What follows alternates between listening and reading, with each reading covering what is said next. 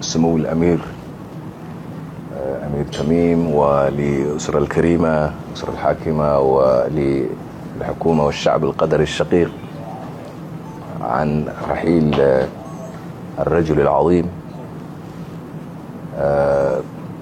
الفقيد الأمير حمد بن خليفة آل الثاني. الأمير حمد الحقيقة ترك حضارة عميقة وعلاقات قوية مع جميع العالم، وقد حقيقة قاد بلده إلى جو حقيقة فريد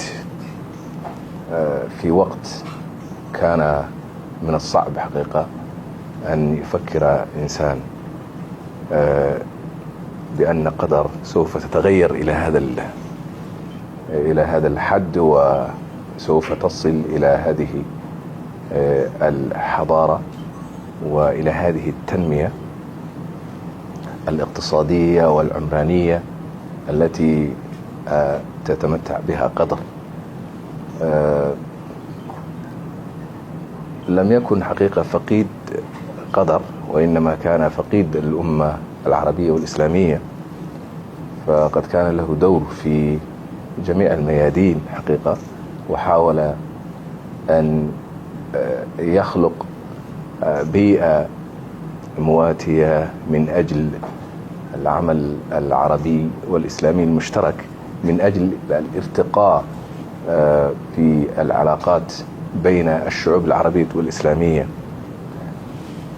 ونحن هنا في الصومال حقيقة كان أخا وصديقا لنا، فقد كان حقيقة يعيش مع الصوماليين في الأوقات الصعبة،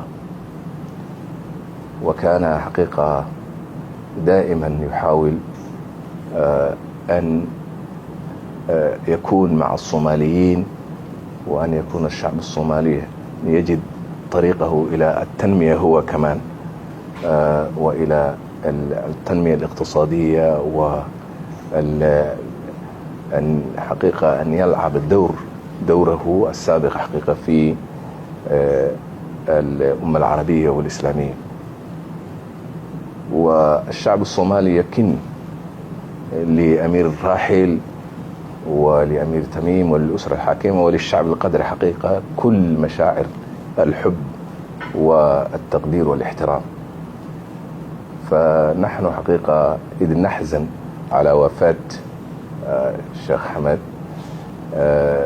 فإننا حقيقة نثق في أن هذه العلاقة الراسخة التي تركها هو سوف تستمر وسوف تزدهر إن شاء الله.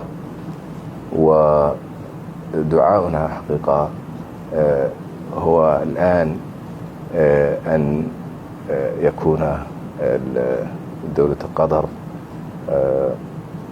أن تستمر في هذا المنوال، منوار التنمية، منوار الاقتصاد، منوار القيادة ليست فقط في العالم العربي بل في العالم كله. فنسأل الله عز وجل أن يرحم فقيدنا، وأن يدخله في فسيح جنانه، وإنا لله وإنا إليه راجعون.